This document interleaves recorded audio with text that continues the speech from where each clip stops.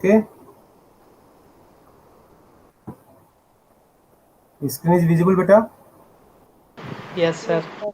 Okay, chalo. So now we are going to start a very important topic once again, which talks about the effect of new economic policy. ठीक है, इसका क्या effect हुआ हमारे पर, हम उसके बारे में बात करेंगे। ठीक है, कि नई economic policy, new economic policy कब स्टार्ट हुई थी बेटा? थोड़ा सा मुझे फ्रेश कर दो आप लोग, आंसर थोड़ा थोड़ा आंसर दे दोगे ना तो मैं फ्रेश महसूस करूँगा ना बेटा। तो न्यू इकोनॉमिक पॉलिसी कब स्टार्ट हुई थी, बोलो बेटा, सर बोलिए। 1991। शाबाश। डिमोनेटाइजेशन कब हुआ था? 2016. और 8 नवंबर 2016। हाँ, और ये क्या कहते हैं, हाँ, जीएसटी कब लागू हुआ था? Sir, July 2016. 17। Okay, okay. और नीति आयोग कब बना था? जल्दी से बताओ, नीति आयोग कब बना था? बोलिए। Sir, 2014. 15। शाबाश। देखो इतना ईमानदारी से काम करती है आयुषी। हाँ, उसके पास नेट है, सर्च कर सकती है, लेकिन सर्च नहीं कर, देख लो ना, इसी को कहते हैं ईमानदारी से। एग्जामिनेशन में भी ईमानदारी से बहुत बेटा ने काम किया है। हाँ, और ऐसे ही बच्चे सब लोग, तुम लोग अपना ड्रीम देखो, हाई हाई ड्रीम देखो बच्चा, हाई हाई जितना ड्रीम देखोगे ना उतना ही खुशी होगी। न्यू एक होता है सर्विस, होता है आईएएस एलायड, देखो यूपीएससी कंडक्ट करती है, इंडियन इकोनॉमिक सर्विस।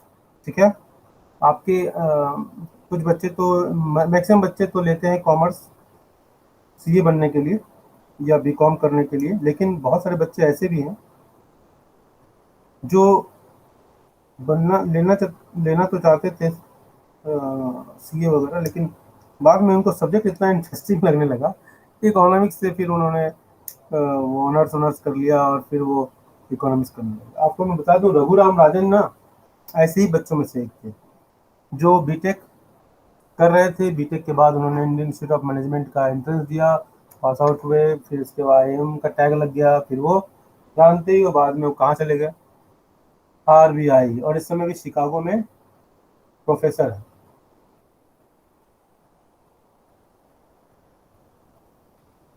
ऐसा क्यों होता है? इसलिए कि इकोनॉमिक्स हमारी डेली लाइफ से जुड़ा हुआ है और सब्जेक्ट है बड़ा इंटरेस्टिंग। बस थोड़ा सा इसमें आपको अपना इंटरेस्ट बढ़ाना है, थोड़ा सा पढ़ने का की आदत डाल दोगे तो इसमें और इंटरेस्ट आ जाएगा। चलिए, इन्हीं सब पॉजिटिव बातों के साथ हम आज के लेसन की शुरुआत करते हैं। और इस जो आपके सामने पीपीटी दिखाई दे रहा है, इस पीपीटी की शुरुआत हम स्नेहा रावत जी से करना चाहेंगे। स्नेहा रावत जी हमारे सामने हॉट सीट पर बैठी हुई हैं। स्नेहा रावत जी, अगली आवाज आपकी होगी, स्नेहा रावत जी। यस सर, पढ़ना है इसे।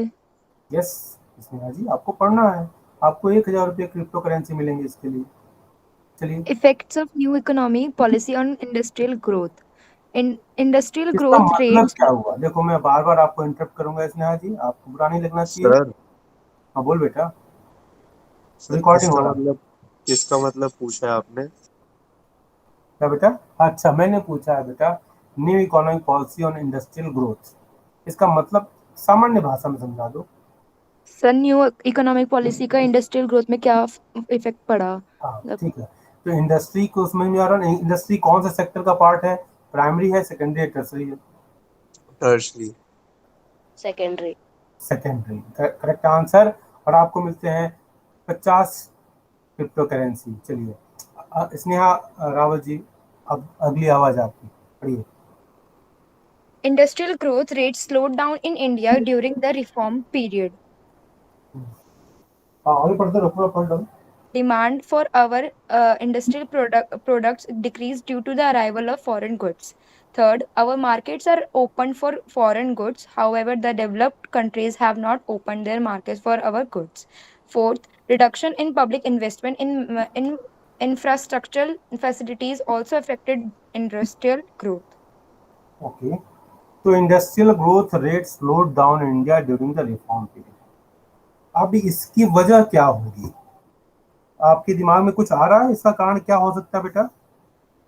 इंडस्ट्रियल ग्रोथ रेट, भाई जिसको हमने फोकस किया, हाँ हमने तो एग्रीकल्चर सेक्टर को फोकस नहीं किया था, हमने तो फोकस किया था इंडस्ट्रियल को ही, इंडस्ट्रियल और आईटी सेक्टर को ही फोकस ज़्यादा किया था, क्योंकि उसी में ज़्यादा रिफॉर्म्स हुए थे हमारे।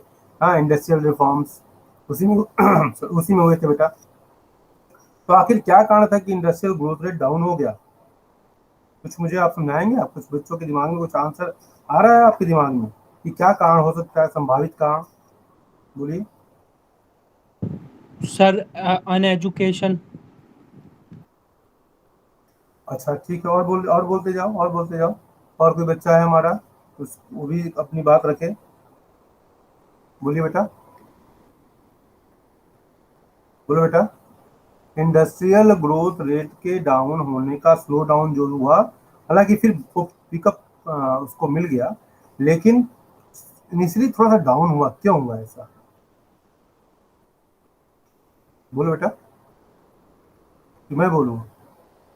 देखो, इंडस्ट्रियल ग्रोथ रेट के स्लो डाउन होने के पीछे रिफॉर्म पीरियड में ऐसा इसलिए हुआ कि एक तो जो हमारी इंडस्ट्रीज थी वो उनके द्वारा, चूंकि मल्टीनेशनल कंपनीज के लिए जब ये उसको ओपन किया गया तो वहाँ के अच्छे अच्छे प्रोडक्ट हमारे पास आने लगे। जैसा अभी मैं इस पॉइंट को मैंने एक्सप्लेन कर दिया था मॉर्निंग में शायद, demand for industrial products decrease due to the arrival of foreigners. हाँ, ये तो मैंने मॉर्निंग में कहा था ना। चलो जल्दी से व्यूअर बोल देता हूँ क्योंकि अब चर्चा कर दिया। तो better quality products are available from foreign market. जैसे ही हमने 1991 में इसको ओपन किया तो तुरंत ही कोई देश या कोई किसी देश की जो एमएनसी है वो तुरंत आके अपना सेटअप करके और बिल्डिंग बना के तुरंत, ये मतलब ओवरनाइट ये वर्क नहीं होता है इंडस्ट्री को सेटअप करना। It takes 4 to 5 years। am I right or wrong?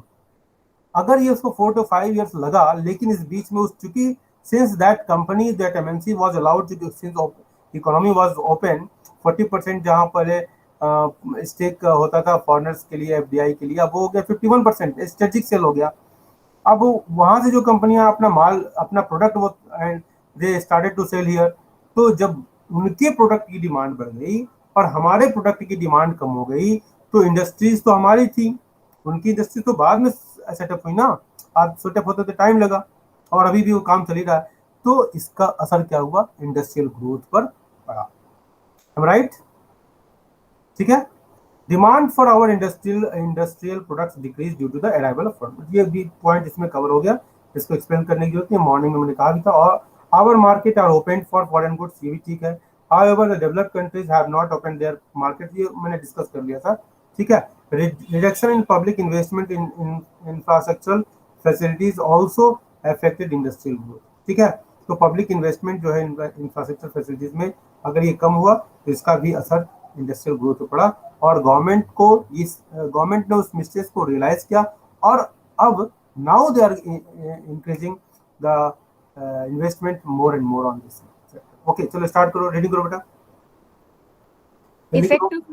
Effect of new economic policy on welfare and social justice.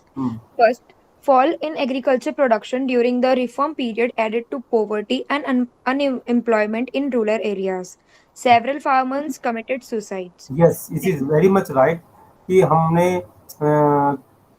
Telangana, northern Telangana के एरियाज में देखा, कालाहांडी उड़ीसा के एरियाज में देखा, कुछ राजस्थान कुछ कर्नाटका बेल्लारी के एरिया में देखा, महाराष्ट्र में मराठवाड़ा जो रीजन था वहां पर पानी की स्थिति अभी भी खराब है। तो ये सब जो कारण थे, ये पोस्ट जो लिबरलाइजेशन पीरियड था, इस सेक्टर को नेग्लेक्ट किया गया, ठीक है। ये उम्मीद की गई कि इस लिबरलाइजेशन के बाद एग्रीकल्चर सेक्टर में भी इन्वेस्टमेंट आएगा और इसकी स्थिति बदलेगी, लेकिन आपने ग्राउंड वर्क तो किया ही नहीं, आपने इकोनॉमी को ओपन कर दिया है ना। तो आप ग्राउंड वर्क नहीं करोगे तो उसका असर तो दिखाई देगा ही ना। तो इसकी वजह से क्या हुआ, एग्रीकल्चर पर डिपेंडेंसी चूंकि ज़्यादा है लोगों की और एग्रीकल्चर पिछड़ गया। सब्सिडी को आपने हटाया फर्टिलाइजर की सब्सिडी के ऊपर, तो कॉस्ट ऑफ प्रोडक्शन बढ़ गया, वो सामान्य किसान नहीं कर पाया उसको बेयर नहीं कर पाया, तो इसकी वजह से पॉवर्टी और अनएम्प्लॉयमेंट दोनों पर उसका असर पड़ा। ठीक है, चलिए next. Second, cutting of subsidies increase the cost of production of farmers. Farming become a loss-making business. Very good. तो हमने सब्सिडीज को चूंकि हटाया तो कॉस्ट ऑफ प्रोडक्शन बढ़ गया। ठीक है, अब उनको चूंकि आप सब्सिडी देते थे तो 100 रुपए की अगर खाद है, वो फर्टिलाइजर है, तो 100 रुपए का फर्टिलाइजर जो है किसान को 50 रुपये मिल जाता था। मान लो 50 रुपये गवर्नमेंट सब्सिडी दे दिया, तो किसान को 50 रुपये देगा। गवर्नमेंट के लिए वो कंपनीज को वो 100 रुपये ही देगी गवर्नमेंट, लेकिन किसान को जो मिलेगा वो 50 रुपये मिलेगा, क्योंकि 50 रुपये सब्सिडी वो फर्टिलाइजर कंपनियों को मिल जाता था। लेकिन प्रैक्टिकली क्या हुआ, ये फर्टिलाइजर वास्तव में फार्मर्स के पास नहीं पहुंच पाता था, वो एक अलग इशू है। लेकिन फिलहाल हम सब्सिडी को बताएं कि सब्सिडी हट जाने से किसानों की स्थिति खराब हो गई, क्योंकि कॉस्ट ऑफ प्रोडक्शन बढ़ गया। चलिए, महंगी खाद उनको मिलती थी, महंगा फर्टिलाइजर। चलिए, privatisation. Privatization made the life of workers miserable. They lost job security. ठीक है, प्राइवेटाइजेशन के होने की वजह से क्या हुआ कि लाइफ ऑफ वर्कर्स मिजरेबल हो गया। कैसे हुआ मिजरेबल? अब ये हायर एंड फायर पॉलिसी तुरंत, अभी जैसे पहले था कि जॉब लग गया और आराम से, अब वो काम नहीं रह गया। प्राइवेट कंपनी का वर्क कल्चर बिल्कुल अलग होता है, वो आप आउटपुट नहीं दोगे तो आपको किक आउट कर दिया जाएगा। ठीक है, तो ये एक मतलब वर्कर्स के लिए थोड़ा सा हो गया। अच्छा, दूसरी बात क्या है कि वर्कर्स को काम करने की जो स्टाइल थी वो भी पुरानी स्टाइल थी, वर्किंग आवर्स का अंतर हो गया, तो आप टारगेट ओरिएंटेड वर्क हो गया। तो इन सब की वजह से प्राइवेटाइजेशन जो है जॉब सिक्योरिटी के पॉइंट ऑफ व्यू से थोड़ा सा असरदायक रहा और बुरा असर इसका पड़ा। ठीक है, और मनमानी भी हो जाती है ना प्राइवेट सेक्टर। हम गवर्नमेंट का होता है तो टर्म्स एंड कंडीशंस अलग होते हैं, प्राइवेट के टर्म्स एंड कंडीशंस अलग होते हैं। गवर्नमेंट वेलफेयर के लिए काम करती है, प्राइवेट सेक्टर प्रॉफिट के लिए काम करता है, तो ये इसका असर पड़ेगा, निश्चित रूप से पड़ता है। चलिए आगे बढ़िए। Fourth, profit became the only aim of production. So the production of socially desirable goods and services is neglected. चलो ठीक है, very much self explain point है कि प्रॉफिट, प्राइवेट सेक्टर का मोटिव ही होता है प्रॉफिट अर्निंग। तो प्रोडक्शन किस बात का करेगा, what to produce and how to produce, they will decide by themselves, and whom to produce also they are deciding. तो what to produce, the goods which fetches them more profit, पहला point हो गया। How to produce, latest technology, cost effective technology use करेंगे। ठीक है, whom to produce, they produce to rich people। ठीक है, not the socially desirable goods and services for the poor or neglected class, क्योंकि उसमें profit नहीं है, उनके पास परचेजिंग पावर नहीं है। It is very much self explanatory points. चलिए आगे बढ़िए। Fifth, international competition resulted in the decline of small-scale industries. Several workers became unemployed. ठीक है, international competition resulted in the decline of small scale industry. अब आप small scale industry जिसकी यात्रा आपने 1 लाख से शुरू किया, फिर आप उसको बढ़ाते बढ़ाते 5 करोड़ 15 करोड़ तक ले गए, तो ये जो यात्रा है, तो पहले तो आपने स्मॉल स्केल इंडस्ट्रीज का को आपने लिमिट किया था कि उसमें हम बड़ी कंपनियों को अलाउ नहीं करेंगे, आगे पॉइंट। लेकिन आपने ग्लोबलाइजेशन अडॉप्ट कर लिया। ठीक है, जब ग्लोबलाइजेशन जब अडॉप्ट किया आपने, तो ग्लोबलाइजेशन की वजह से आपको एंट्री देनी पड़ी, आपको किसी को रोक नहीं सकते थे, आगे पॉइंट। तो इसकी वजह से क्या हुआ कि जब स्मॉल स्केल इंडस्ट्रीज हमें ज़्यादा जॉब अपॉर्चुनिटीज को क्रिएट करने वाली होती है compare to the big industries, क्योंकि इसमें छोटी पूंजी लगी होती है। जैसे अगर हम बात करें कि इसमें स्मॉल स्केल इंडस्ट्रीज में भी कई, उसको आजकल MSME का नाम दिया जाता है, micro small and medium enterprises, MSME जो है 10th क्लास के पास के बाद जो बच्चे पास आउट होते हैं ना, उनका MSME में डिप्लोमा कोर्स होता है 3 साल का, और इसके बाद वो डिप्लोमा करने के बाद उनको छोटे छोटे स्मॉल स्केल इंडस्ट्रीज जो है ना, वहाँ पर उनको MSME के अंदर जो आते हैं, micro small and medium enterprise, वहाँ पर उनको जॉब अपॉर्चुनिटीज अच्छी मिल जाती है। जैसे आपको छोटे छोटे, आप इसको ऐसे समझे कि आपको बल्ब बनाना है ना, LED बल्ब, ये इसमें आ जाएगा। आपको जो खाने की जो प्लेट्स होती हैं वो इसमें आ जाएगा, या प्लास्टिक की जो प्लेट्स होती हैं वो बनाए जाते हैं वो इसमें आ जाएगा।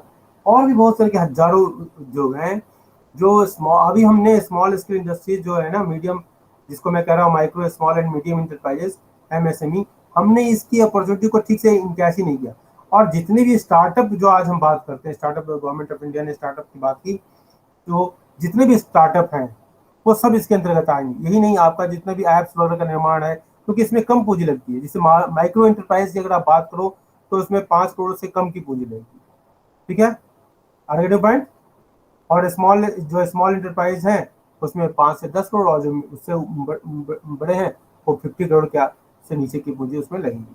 तो इस तरीके से हमने एक कैपिंग बनाई हुई है, और इस कैपिंग के आधार पर हम इसको प्रमोट करते हैं, और उसी तरह उनको गवर्नमेंट से रिबेट मिलते हैं, सुविधाएं मिलती हैं, ठीक है। लेकिन जब ग्लोबलाइजेशन के बाद हुआ तो स्मॉल स्केल इंडस्ट्रीज में भी उनकी एंट्री होगी। अब वहां पर वो उनकी एंट्री हो जाने से क्या हुआ कि जो जॉब हो, अब चूंकि उनके पास मशीनें ऐसी ऐसी थी जिससे वो, मॉडर्न टेक्नोलॉजी थी उनके पास, तो वो कम कीमत पर ज्यादा प्रोडक्शन करने की स्थिति में थे, ठीक है। जैसे आप देखो, पावर लूम ज्यादा प्रोडक्शन कर लेता है और हैंडलूम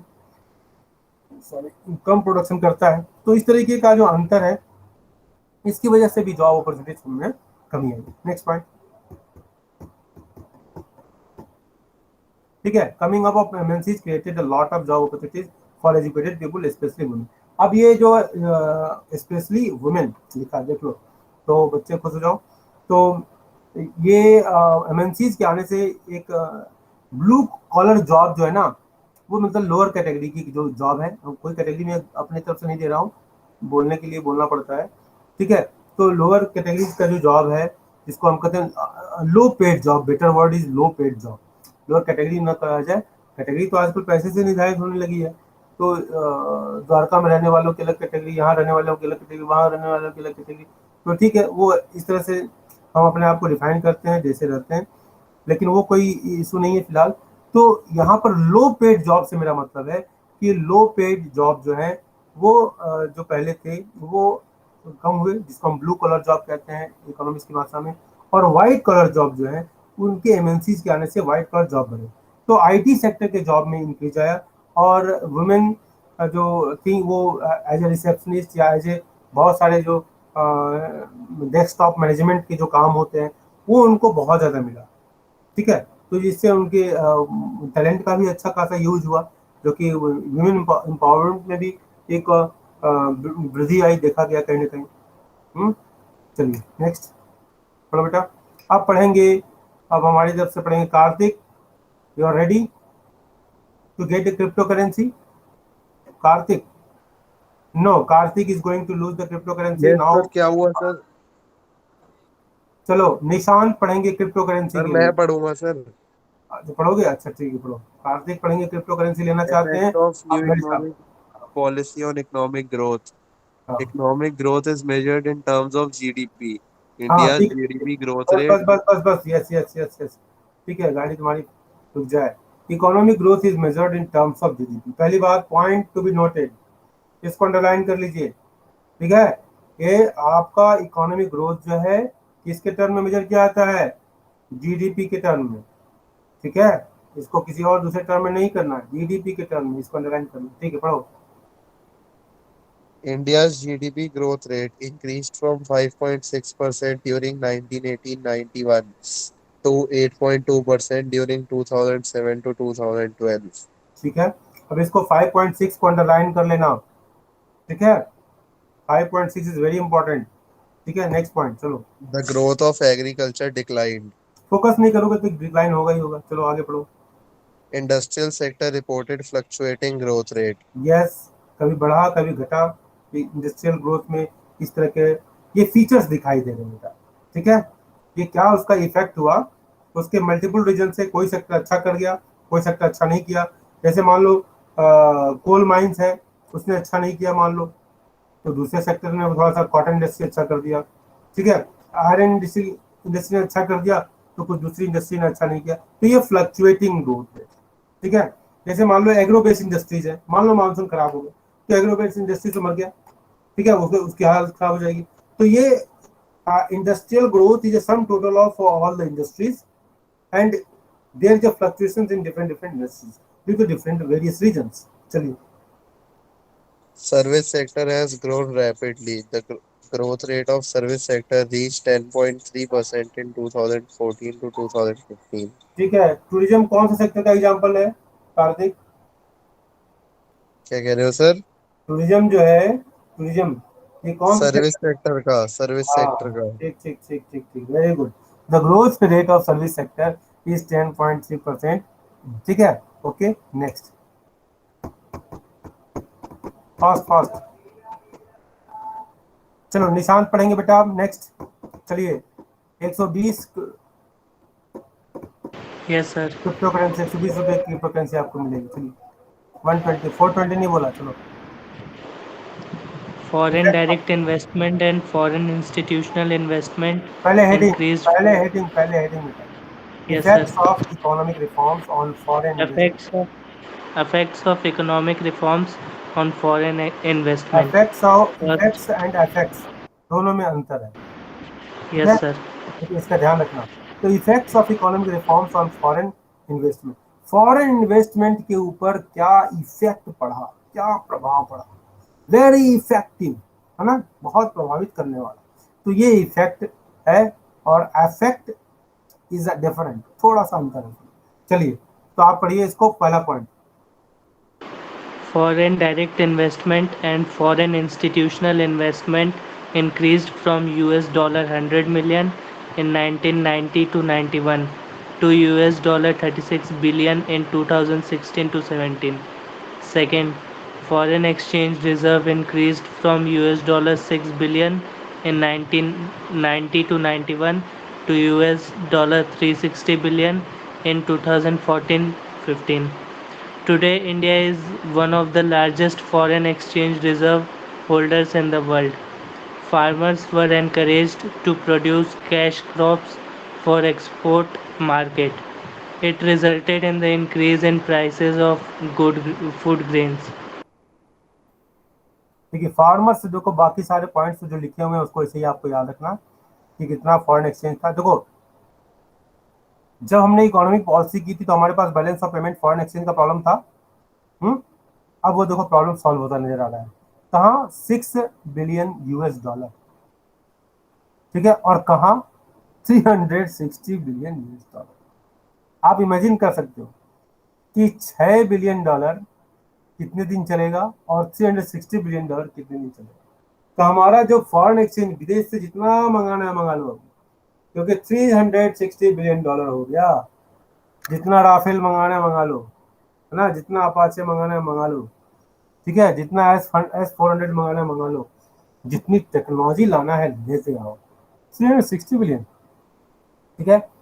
लेकिन जब आप चाइना से कंपेयर करोगे ना तो हम यहाँ बहुत पीछे थे, ठीक है, क्योंकि हमने अपने इंफ्रास्ट्रक्चर को ध्यान नहीं दिया था।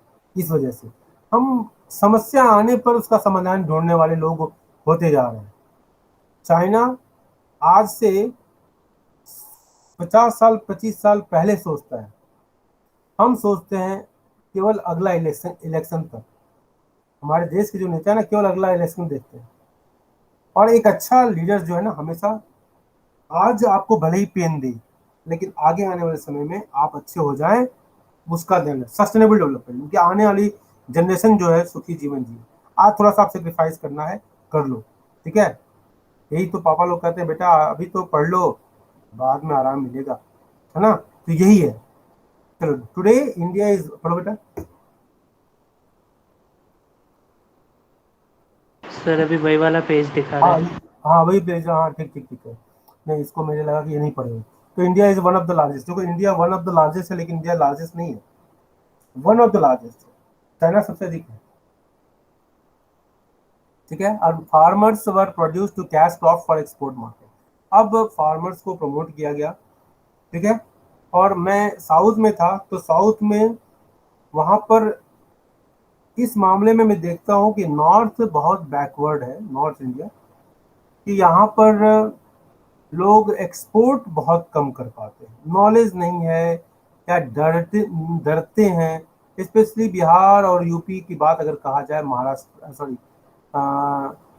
हिंदी जो बेल्ट हैं उनकी ये ज़्यादा प्रॉब्लम है मैं देखता हूँ मध्य प्रदेश, राजस्थान, यहाँ के किसान अभी भी सबसिस्टेंस फार्मिंग करते हैं और उनको उस गवर्नमेंट के अप्रोच का उतना फायदा भी नहीं मिलता है। वो छोटे किसान हैं, एमएसपी का फायदा भी उनको वो उतना उठा नहीं पाते हैं।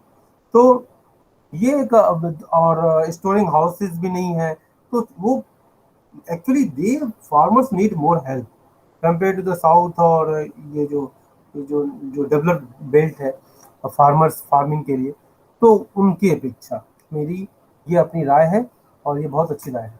चलिए आगे बढ़िए। Disinvestment process during the reform period. Disinvestment process during the reform period. First, in 1991 to 92, the target for disinvestment was to collect 2500 crores by disinvestment. The actual collection was 304 3040 crore, ठीक है। 3040 crores.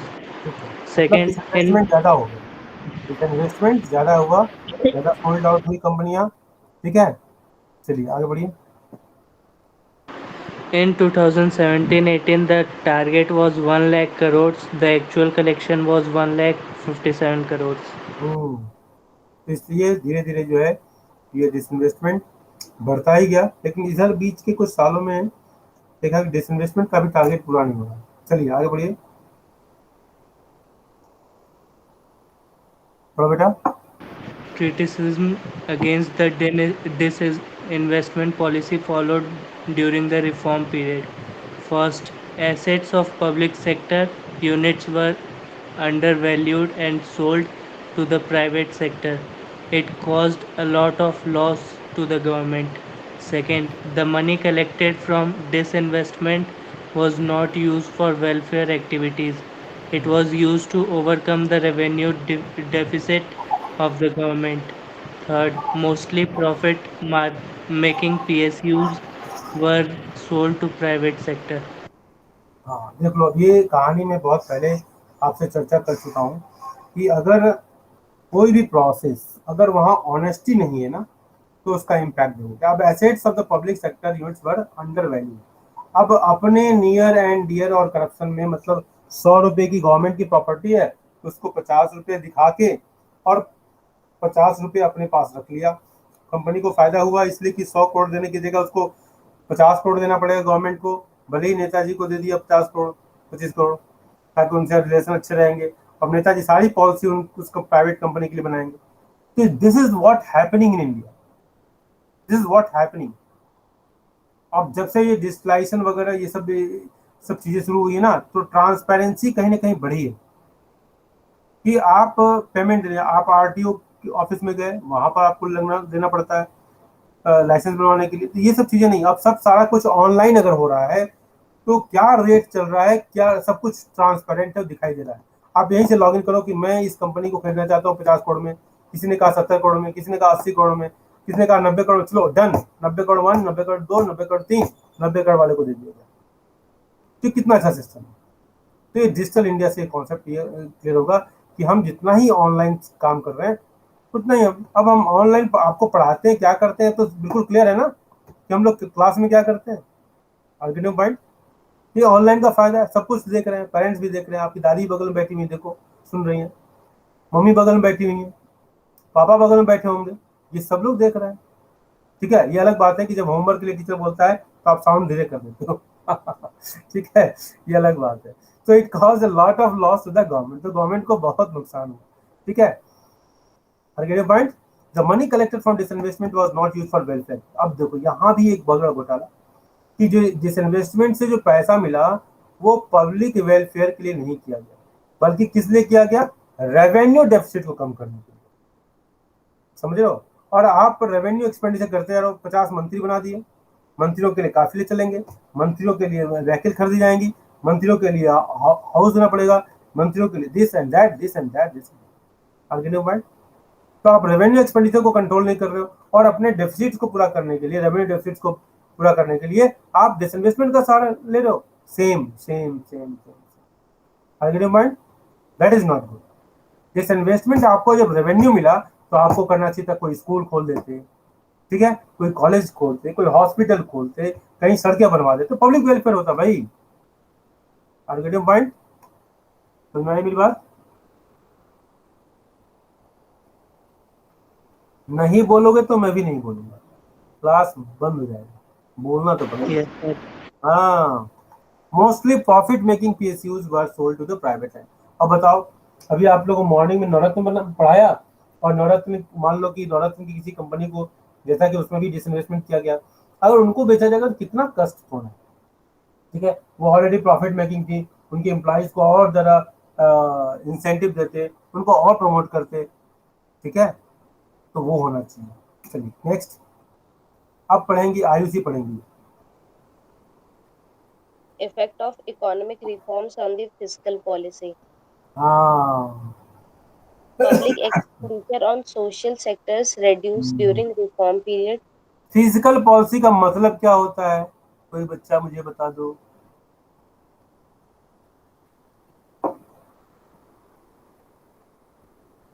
आईओसी, मैं कितनी बार बोल चुका हूँ budget वाले lesson में, budgetary policy also known as physical policy, जो गवर्नमेंट के पब्लिक एक्सपेंडिचर, ठीक है, और टैक्स कलेक्शन की जो पॉलिसी है ना, that is a part of physical policy. और हम टैक्स कलेक्शन किस में करते हैं, टैक्स की बात जब हम करते हैं तो वो बजट का हिस्सा होता है ना बेटा, बोलो भाई। Yes, sir. हाँ चलो शाबाश, आगे बढ़ो। Reduction in taxes affected the revenue receipt of the government. Reduction in custom duties and tax concessions to foreign investors also affected government's revenue. ठीक है, अब ये effects of economic reforms on the physical policy, उसके ऊपर क्या पड़ा हमारे physical policy के ऊपर क्या प्रभाव पड़ा। तो public expenditure on social sector reduce during the reform. अब पब्लिक एक्सपेंडिचर जो सोशल सेक्टर्स, जिस सेक्टर से समाज का भला होता है, सोशल सेक्टर, ठीक है, जैसे हॉस्पिटल है या स्कूल्स है या इस तरह की जो इंफ्रास्ट्रक्चर है, जो कि गांव में इंफ्रास्ट्रक्चर बनाना, गांव में रोड लाइट बनाना, गांव में लाइब्रेरी बनाना, तो ये जितने भी सोशल सेक्टर्स हैं, जो गवर्नमेंट की बहुत तरह की स्कीम्स आती रहती हैं, उस पर उन गवर्नमेंट का एक्सपेंडिचर वो घटा, ठीक है। गवर्नमेंट कुछ चीजें एज्यूम कर ले रही थी कि एमएनसी जाएगा, यही हमारे लिए क्या है, इंद्र का वरदान हो जाएगा कि वो आएंगे और हमारा तारणहार हो जाएगा, ठीक है। तो यहाँ नीलकंठ बैठा हुआ है कि गरल को पी लेंगे, कंठ में रख लेंगे। तो reduction in taxes affected the revenue received of the government. अब टैक्स कम कर दिए, किसको प्रमोट करने के लिए, एमएनसी जाएंगी, उनको टैक्स ज्यादा लगेगा तो वो नहीं आएंगी, एफडीआई नहीं होगा, एफआईआई नहीं होगा, समझ रहे हो। तो ये सब चीजें बढ़ाने के लिए उन्होंने टैक्स कम कर दिया। अब वो उस हिसाब से आया ही नहीं, तो उसका खामियाजा भी भुगतना पड़ेगा। तो गवर्नमेंट का जो रेवेन्यू का जो सोर्स था, नहीं हुआ। गवर्नमेंट अगर रेवेन्यू के कुछ दूसरे सोर्सेज के ऊपर रखती, तो उस चूंकि वो आए और प्रोडक्शन करे, अगर कॉर्पोरेट टैक्स मिल जाता उतना तो कंपेंसेट हो जाता। वो टैक्स तो आपने उनको वेलकम करने के लिए टैक्स तो घटा दिया, लेकिन उस अनुपात में आए नहीं, और आए भी तो उतना प्रोडक्शन स्टार्ट नहीं हुआ, तो इसका असर पड़ा। चलो आगे बढ़ो बेटा। सर पढ़ दिया पूरा। हाँ ठीक ठीक ठीक। Reduction in custom duties and tax concessions to foreign investors also affected government's revenue. तो कस्टम ड्यूटीज और टैक्स कंसेशन जो फॉरेन इन्वेस्टर्स थे, उनको घटा दिया गया कस्टम ड्यूटी। अब मतलब कहने का मतलब है कि हर तरह के टैक्स को घटाया गया, टैरिफ को घटाया गया, नॉर्मल जो टैक्सेशन थे उसको घटाया गया, स्पेसिफिक जो टैक्सेशन है जिसको कस्टम ड्यूटीज हम यहाँ कह सकते हैं, तो उसको घटाया गया। तो कुल मिला के टैक्स घट जाने से हमारा जो जनरेशन था, इनकम का जनरेशन जो है, रेवेन्यू रिसिप्ट्स है, वो कम हो गया, ठीक है। चलो ठीक है, पढ़िए। Merits or positive impact of the new economic policy, LPG policy.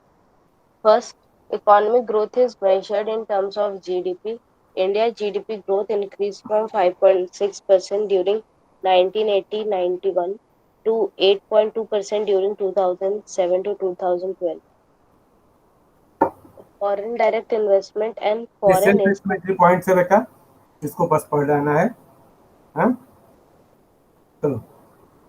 foreign direct investment and foreign institutional investment increased from $100 million in 1990-91 to $36 billion in 2016-17. foreign exchange reserve increased from $6 billion in 1991 to $360 billion in 2014-15. Service sector developed. It provides employment to a large number of educated people. This investment enabled India to collect a lot of money and use it for welfare activities. ठीक, next. इसको मैं कुछ explain करने की जरूरत नहीं है, ये बिल्कुल ट्रांसपेरेंट है, इसको बस याद करने वाले पॉइंट्स हैं। ठीक है बेटा, चलिए।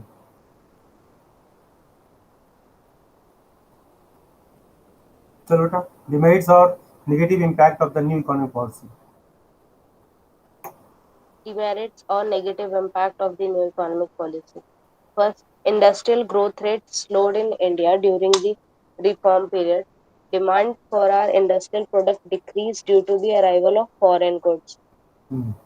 ठीक है, Second, ये पॉइंट एक्सप्लेन किया चुके हैं, मिलते जुलते पॉइंट है, इसलिए इसको एक्सप्लेन नहीं करूँ, आगे बढ़िए। agriculture growth declined. Our agriculture goods faced competition from the goods of other countries. Third, public expenditure on social sector reduced during reform period. Reduction in taxes affected the revenue receipt of the government. ठीक है, आपको भी अनुभव हो रहा होगा कि सारे पॉइंट्स मैंने डिस्कस कर लिए हैं और ये आपने पढ़ चुका है, आप पढ़ चुके हैं। ठीक है, क्या लिखा हुआ है? Demonetization. देख रहे हो ना, कितना बढ़िया कार्टून है ना? तो कौन कौन से नोट बैन कर दिए गए थे बेटा?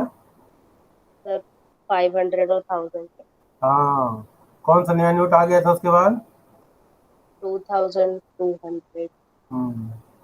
ठीक है, चलिए, चलो पढ़ो बेटा। Withdrawal of a coin or currency note from its use as a legal tender is called demonetization. तो पहला पॉइंट, ये डेफिनेशन याद रखिए, ठीक है? डीमोनेटाइजेशन का मतलब क्या हुआ? तो करेंसी का जो फ्लो है, ठीक है, तो कॉइन्स और करेंसी नोट्स, करेंसी जब बोल रहे हैं तो कॉइन्स और नोट्स दोनों की बात होगी, वो लीगल टेंडर के रूप में वो हट जाएगा। ठीक है, चलिए। On 8 November 2016, the government announced demonetization of 500 and 1000 rupee notes. They constituted nearly 86% of India's cash supply. People were given time till 31st December 2016 to deposit demonetized notes with banks or post offices. The banks and post offices were instructed to report all deposit above 2.5 lakh in savings account and above 12.50 lakh to income tax department. New 500 and 200 notes were introduced. ठीक है, इसमें demonetisation के अंतर्गत क्या क्या provisions थे उनकी चर्चा की गई है, और डिमोनेटाइजेशन के पीछे जो कारण था, वो कारण क्या था कि हमारे पास ब्लैक मनी बहुत बढ़ गई थी। ब्लैक मनी का मतलब, जब हम बहुत छोटे थे, पेपर में पढ़ते थे, तो हमने काली करेंसी कोई होती होगी, काले रंग की करेंसी होती होगी, वही ब्लैक मनी होगा। मतलब हम बहुत छोटे की बात कर रहा हूँ, तब जब पेपर वगैरह में आता था ब्लैक मनी, ब्लैक मनी, हम आज से नहीं सुन रहे हैं ना ब्लैक मनी। ब्लैक मनी तो हम लोग सुन रहे हैं 1984-85 से, हमको जब से मुझे याद है तब से मैं सुन रहा हूँ। ठीक है, तो उस समय ब्लैक मनी का यही मतलब मेरे लिए था, लेकिन जब पढ़ने लगे तब समझ में आया कि वो ब्लैक मनी क्या होता है। तो ब्लैक मनी को टारगेट इसलिए किया गया कि नक्सल जो आंदोलन है, जो कि इनोसेंट लोगों को मार देते हैं, इसके अलावा जो हमारा जो टेररिज्म है जम्मू एंड कश्मीर से लेके नॉर्थ ईस्ट में जो है वो, ठीक है, इसके अलावा जो पॉलिटिकल और ब्यूरोक्रेट्स के नेक्सस हैं, हाँ, और करप्शन करने वाले लोगों के बीच जो नेक्सस है, उसकी वजह से सब जो पैसा, ब्लैक मनी का मतलब होता है the money which is not in circulation, जैसा कि आपके ऊपर लिखा हुआ है ना। तो वो पैसा जो सर्कुलेशन में नहीं है, और जो पैसा सर्कुलेशन में नहीं है मतलब गवर्नमेंट के रिकॉर्ड में नहीं है, सर्कुलेशन से मतलब है गवर्नमेंट के रिकॉर्ड में नहीं है। ठीक है, और ऐसे पैसे जो है ना इन्फ्लेशन को भी बढ़ाते हैं, क्योंकि पैसा तो वास्तव में इकोनॉमी में बहुत है, ठीक है, लेकिन कुछ लोगों के हाथ में होने की वजह से ये उसका दुरुपयोग करते हैं। इलेक्शन में फंडिंग होती है, और दूसरी जगह टेररिज्म को बढ़ावा देने में होती है, माओइस्ट मूवमेंट को बढ़ावा देने में होती है, ठीक है, और भी अलग तरह के करप्शन जो होते हैं उनमें इनका यूज होता है। तो ये देश की इकोनॉमी को तो नुकसान करते ही हैं, साथ ही साथ इस देश के सोशल और मोरल कैरेक्टर को भी खराब करते हैं। नेक्स्ट पढ़ो बेटा। Merits of demonetization. It helps to eliminate black money. Black money refers to unaccounted money. Those who hold black money cannot exchange the demonetized currency with legal tender currency. Either they have to क्योंकि pay tax. क्योंकि उनको उसका record देना पड़ेगा। वो record कहाँ से लाएंगे कि पैसा आप कहाँ से इतना लेकर आए? तो वो डिमोनेटाइज अपनी करेंसी को लीगल टेंडर के रूप में कन्वर्ट नहीं कर सकते। आइदर दे हैव टू पे tax and make it white money और डिस्पोज ऑफ। या तो मैं जब विशाखापट्टनम में था तो जो ड्रेनेज है ना उसमें कई बोरे हमने नोट्स के रिपोर्ट किए कि वहाँ पकड़े गए। कुछ लोग गरीबों में बांट दिए और कुछ लोगों ने ऐसा किया है, मैं विशाखापट्टनम की बात बता रहा हूँ, हम भी लंबी लाइन में खड़े रहे, ठीक है, और 2-2, 4-4 हजार रुपये के लिए अंदर से कभी कभी डर भी लगता था, लेकिन हम लोग लाइन में खड़े रहे और लाइन में खड़े होकर पैसा अपना निकाला, ठीक है। तो उसमें लोगों ने क्या किया, जो गरीब लोग थे उनको जो है 500-1000 रुपये का पैसा दे के उनको 500 रुपया देते थे कि लाइन में खड़े रहना और कन्वर्ट करा देते हैं। ऐसा स्थिति हमने देखा था। तो एक डर तो उनके मन में आया, बहुत सारे लोग डर के मारे गवर्नमेंट पकड़ लेगी, इनकम टैक्स का रेड हो जाएगा, अपने पैसे को फेंक दिया, ठीक है। मतलब इस तरह की स्थिति बहुत आई। तो कहीं ना कहीं ये तो पता चल गया कि देश में कितना ब्लैक मनी है, ठीक है। बहुत सारे लोग पकड़े भी गए, बहुत सारे लोगों ने घोटाला भी किया, इसका फायदा भी उठाया। हाँ, इसीलिए गवर्नमेंट को टाइम टू टाइम इसके डेज को जो बढ़ाते रहना पड़ा मजबूरी में, क्योंकि अगर लोगों की समस्याएं बढ़ जाती तो लोग सिविल वॉर वाली स्थिति हो जाती ना, इसलिए गवर्नमेंट को चीज़ों को छूट देनी पड़ी टाइम टू टाइम। चलिए आगे पढ़ो बेटा। It helps to eliminate fake currency note. Fake currency note cannot be deposited in banks, so such note will be eliminated. हाँ, ये टेररिज्म में पाकिस्तान से नेपाल के रास्ते और दूसरे जो मीडियम है, अभी जम्मू कश्मीर में बहुत सारे नेता जो है ना रडार पर है सरकार के, और बहुत सारे नेता जो है ना वो पकड़े जा रहे हैं जिनने अरबों रुपए बना लिए हैं इसी तरह, ठीक है। और पाकिस्तान से बहुत सारा फेक करेंसी, जो भारत का नोट्स है ना 500, पाकिस्तान ने अपना प्रिंटिंग प्रेस बनवाया हुआ था, वहाँ पर वो जाली नोट बनाते थे और नेपाल और इधर के रास्ते से वो घुस के और वो भारत में सर्कुलेट करते थे, ठीक है। कई बार मैं एक बार फीस ले रहा था, वहाँ पर बेंगलोर में था, और एक लड़के ने 1000 रुपये का नोट जमा कर दिया। तो बाद में पकड़ में आया तो फिर उसको बुलाया गया, उसके पेरेंट्स को बताया गया, पेरेंट्स ने सॉरी बोला, ये वो सब जाके ये स्थिति। तो ऐसा है, अब उनको भी नहीं मालूम। अब क्या, वो तो संजोग से टीचर ने हर नोट पर लिख दिया था पेंसिल से कि ये इस बच्चे से लिया, ये इस बच्चे से लिया, इस बच्चे से लिया, नहीं तो पता नहीं चला, टीचर को अपने जेब से भरना पड़ता, समझ रहे हो। तो कौन जाने किसको नुकसान हो जाए। तो ये सब कारण था कि गवर्नमेंट को इस सबके स्टेप लेने पड़े। चलो आगे बढ़ो बेटा। Reduction in illegal activities. Black money and fake currencies are mostly used for illegal activities such as terrorism and smuggling. Elimination of black money and fake currency resulted in decline of these activities. Very good, है ना। जम्मू कश्मीर में पत्थरबाजी की बहुत सारी घटनाएं हो रही थी, वहां पर पैसे दिया जाते थे पत्थर फेंकने के लिए आर्मी के ऊपर। जब ये ब्लैक मनी पैसा मिलना बंद हो गया तो पत्थरबाजी भी कम हो गई, तो इसका इम्पैक्ट तो दिखाई, डिमेरिट्स भी साथ में थे। आगे पढ़ो। Promotion of cashless transaction. Demonetization encouraged people to go for digital transaction. The use of payment application, debit card, credit card, online transfer increased. India is moving towards efficient cashless economy. देखो, इसमें मैं अपना एक example दूं कि मैं बड़ा ही supporter था कि ब्लैक मनी पर जो इम्पैक्ट किया गया था इसका मैं बहुत बड़ा सपोर्टर था, और मैं बहुत ही खुश हुआ कि भाई हमारे जैसा टीचर आदमी, क्या हम लोग का कोई गलत काम नहीं है। तो डिजिटल ट्रांजेक्शन को हमने खूब प्रमोट किया। मैं जहाँ से दूध लेता था विशाखापट्टनम स्टील प्लांट में, उसके यहाँ से मैं 2-3 बार दूध लेना बंद किया कि ना पेमेंट नहीं दूंगा जब तक तुम नहीं करोगे, ये तमाम तरह का मैं उसको करता रहा। अंत में उसको डिजिटल जो स्वाइप वाली मशीन खरीदनी पड़ गई। तो बोला कि आप सर हमको परेशान कर दिए। तो इस तरीके से मैंने हम जहाँ भी रहा मैंने कोशिश किया कि डिजिटल पेमेंट करूँ ताकि उनका पैसा अकाउंटेबल हो। वो पैसे जिसको आप जितना ही डिजिटल पेमेंट करोगे, क्योंकि आप गलत नहीं हो इसलिए आपको डर नहीं है। लेकिन सामने वाला जो दुकानदार जो है वो आपको डिजिटल पेमेंट नहीं लेगा, वो अगर नहीं लेता है तो मतलब वो करप्ट प्रैक्टिस में इन्वॉल्व है। लेकिन गवर्नमेंट ने क्या किया, जीएसटी लागू कर दिया, और जीएसटी में ऐसा नियम लागू किया, हाँ, कि जीएसटी हर सप्लाई के जब भी आप सप्लाई करोगे तो आपको जीएसटी रेट देना पड़ेगा। तो मतलब आपको, मतलब आप समझ लो कि बहुत सारे लोग ऑनेस्टी के रास्ते पर आ गए हैं। जीएसटी वगैरह में ऐसे नियम बनाए गए हैं कि उसकी वजह से करप्शन में बहुत कमी आई, समझ लो। तो आप डेबिट कार्ड, क्रेडिट कार्ड, इन सब चीज़ों का जितना ही ऑनलाइन यूज कर रहे हो वो उतना ही गवर्नमेंट के लिए अच्छा है, क्योंकि गवर्नमेंट को मालूम तो होगा कि कौन से व्यक्ति का कितना ट्रांजेक्शन होता है, और इनकम टैक्स का बेस बढ़ेगा और इनकम टैक्स पे का। आप देखो एक छोटा सा एग्जांपल तो, जो सड़क पर वो दुकानें लगाते हैं छोटे छोटे लोग, है ना, मान लो कि एक वेंडर है, सिंपल सा जो कार्ट पर फोल्ड करते हैं ना, वेंडर जो फ्रूट्स वगैरह बेचते हैं, मान लो उन्हीं का एग्जांपल लो।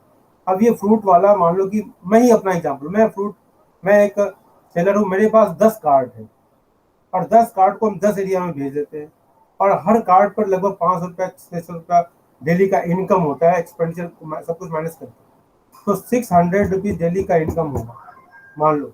तो 600 डेली का होगा, 10 हमारी गाड़ियाँ, तो हमारी मंथली सैलरी, आप देखो डेली की सैलरी कितनी होगी। तो but I am not paying any single tax. ये गवर्नमेंट के लिए, और हमारे जैसे लोग लाखों रुपए टैक्स पे कर रहे हैं। हमारी इनकम तो डेली की नहीं है ना 60,000। ऐसे बहुत सारे लोग हैं, मैं एक एग्जांपल दूं, जैसे जैसे मीट जो काटने वाला है, उसको भी कोई टैक्स नहीं देना है, सड़क पर बैठा हुआ काट रहा है, कहीं पे चला गया, वो भी, उसको भी टैक्स के दायरे में आना है। इस तरह के हजारों लोग हैं, हजारों लोग, मैं दो चार प्रोफेशन की बात कर रहा हूँ। हजारों लोग ऐसे हैं जिनको टैक्स के दायरे में आना चाहिए,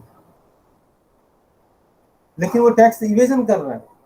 इसी तरह जैसे एग्रीकल्चर की बात करो तो वहां भी टैक्स होना चाहिए, वहां उनको भी टैक्स पेमेंट होना चाहिए, फार्मर्स को होना चाहिए टैक्स। क्यों नहीं टैक्स देंगे भाई आप जब एक टैक्स का स्लैब हमारे लिए हो सकता है तो आपके लिए भी होना चाहिए। आपको छूट भी तो मिलती है, गवर्नमेंट छूट भी देती है आपको, आपको एमएसपी दे रही है, तमाम तरह के फायदे दे रही है गवर्नमेंट, तो आपको भी टैक्स के दायरे में आना चाहिए भाई। मार्जिनल फार्मर्स की बात में नहीं करता। इंक्रीज इन टैक्स रेवेन्यू, पढ़ो बेटा। Increased in tax revenue. Demonetization forced several people to disclose their actual income and pay taxes properly. ये Revenue इसलिए कहा था बिन भय हो तो न प्रीति, बिना भय के प्रेम नहीं उत्पन्न होता है। रामचरितमानस में तुलसीदास ने लिखा है कि बिन भय हो तो न प्रीति, बिना भय के प्रेम नहीं होगा। तो जब ये डिमोनेटाइजेशन का डंडा पड़ा, जब सरकार ने इनसे लिया पंगा, ठीक है, तब इनकी हो गई हालत खराब। अब ये सोचे कि भैया टैक्स दे दो, नहीं तो अगर सरकार पकड़ लेगी तो टैक्स का फाइन इतना हो जाएगा कि देते देते हालत खराब हो जाएगी। ठीक है, तो उन्होंने अपना इनकम डिस्क्लोज करना शुरू किया। ठीक है, तो गवर्नमेंट के क्या हुआ, इनकम बढ़ेगी, गवर्नमेंट का प्रॉपर्टी टैक्स, वेल्थ टैक्स, ठीक है, रजिस्ट्रेशन फी, हर चीज जो है बड़ा। चलो next point. revenue from income tax, property tax, and wealth tax and land registration fees increased considerably. चलो। Reduction in government's liability. Black money holder who did not want to disclose their income had to dispose of their old currency notes. It reduced the liability of the government.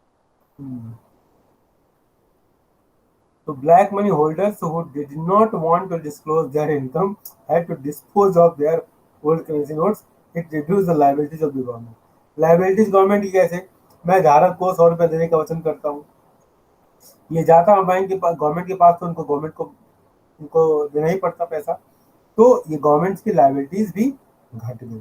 तो black money का जो ये step था demonetisation, ये एक अपने आप में बहुत ही अच्छा स्टेप था, लेकिन ये अच्छा बाद में जो इसके इम्पैक्ट देखने को मिले, इम्पैक्ट मतलब लोगों ने इसका गलत यूज किया, उसकी वजह से लोगों के अंदर इन जो पेशेंस नहीं था उसकी वजह से कर लिया जाए, और गवर्नमेंट के कुछ जो स्टेप्स थे वो जो इसका इम्प्लीमेंटेशन था, स्टेप से ज़्यादा इम्प्लीमेंटेशन, ठीक है, वो थोड़ा सा अच्छा मिला, इस वजह से। चलो अर्जुन पढ़ेंगे, अब अर्जुन पढ़ो, अर्जुन पढ़ो बेटा, अर्जुन। अर्जुन। सर टाइम हो गया। Yes sir. ओके, तो आप लोग डिमेरिट्स एंड एडवर्स इफेक्ट इसको पढ़ लो बेटा। डिमेरिट्स, ये टॉपिक खत्म हो जाएगा इसके बाद से। Yes, sir. ठीक है, इसको पढ़। Demerits or adverse effect of demonetization. Inconvenience to people. It caused a lot of inconvenience to the people. People had to stand in long queues to deposit, exchange, or withdraw notes. ठीक है, ये Sudden हमने announcement point of the explain कर दिया है। हाँ, ये point हमने एक्सप्लेन कर दिया, चलो पढ़ो आगे। negative effect on economic activities. Demonetization had negative effect on trade, business, and consumption activities. Economies slowed down. It affected the growth of the economy. ठीक है, अचानक जो है लोग 24 आवर्स में मतलब जो डिजिटल पेमेंट का जो मोड है उस पर नहीं आ जाएंगे। गांव का फार्मर्स, उसके पास मोबाइल है नहीं, वो कैसे डिजिटल पेमेंट करेगा भाई? तो निश्चित रूप से इसका असर पड़ा, क्योंकि उस हिसाब से इकोनॉमी तैयार नहीं थी, उस तरह से हमारे पॉइंट्स नहीं थे, उस तरह से हमारे लोग लिटरेट नहीं थे, इसकी वजह से। लेकिन अचानक इस स्टेज पे देखो, समस्याएं आती हैं तो उसके बहुत सारे अच्छे परिणाम भी आते हैं। अब लोगों में डिजिटल पेमेंट को लेकर जितनी जागरूकता है उतनी पहले कभी नहीं थी। ये जागरूकता बढ़ी है, लोगों का नॉलेज बेस बढ़ा है, ठीक है। लेकिन इसका इम्पैक्ट इकोनॉमिक स्लो डाउन तो हुआ, नो डाउट। चलो आगे बढ़ो। Costly for the government. The government had to spend a lot of money to print the new currency notes that replaced the old ones. ठीक है, तो government had to spend a lot of money to print the new currency notes and that replace the old notes. ठीक है, ये तो हो गया, ये आसानी पॉइंट है। चलो नेक्स्ट पॉइंट, इस पॉइंट को खत्म कर Difficulty दो। in difficulty in cashless transactions. हाँ, ये लास्ट पेज है। A large number of people in the country are uneducated and ignorant. ठीक है, They found it very difficult to carry out cashless transactions. Very good, उस problem को हमने देख लिया, आसान है। चलो आगे पढ़ो। Corruption. Several bank officers illegally exchanged old notes for the new ones. They misused Jan Dhan accounts for that. Loss to difficult uh, daily wage earners. Slowdown of economy affected the daily wage earners. Job opportunities reduced and employers were unable to pay wages. ठीक है, तो ये सब सारे इसके demerits थे। और हमारा अगला पॉइंट जो होगा, अगला टॉपिक जो होगा, ये इफेक्ट्स और demonetisation on the money supply in the economy. इसको हम नेक्स्ट टॉपिक पर हम स्टार्ट करेंगे, और तब तक के लिए हम आपसे विदा चाहते हैं। धन्यवाद। Have a nice day.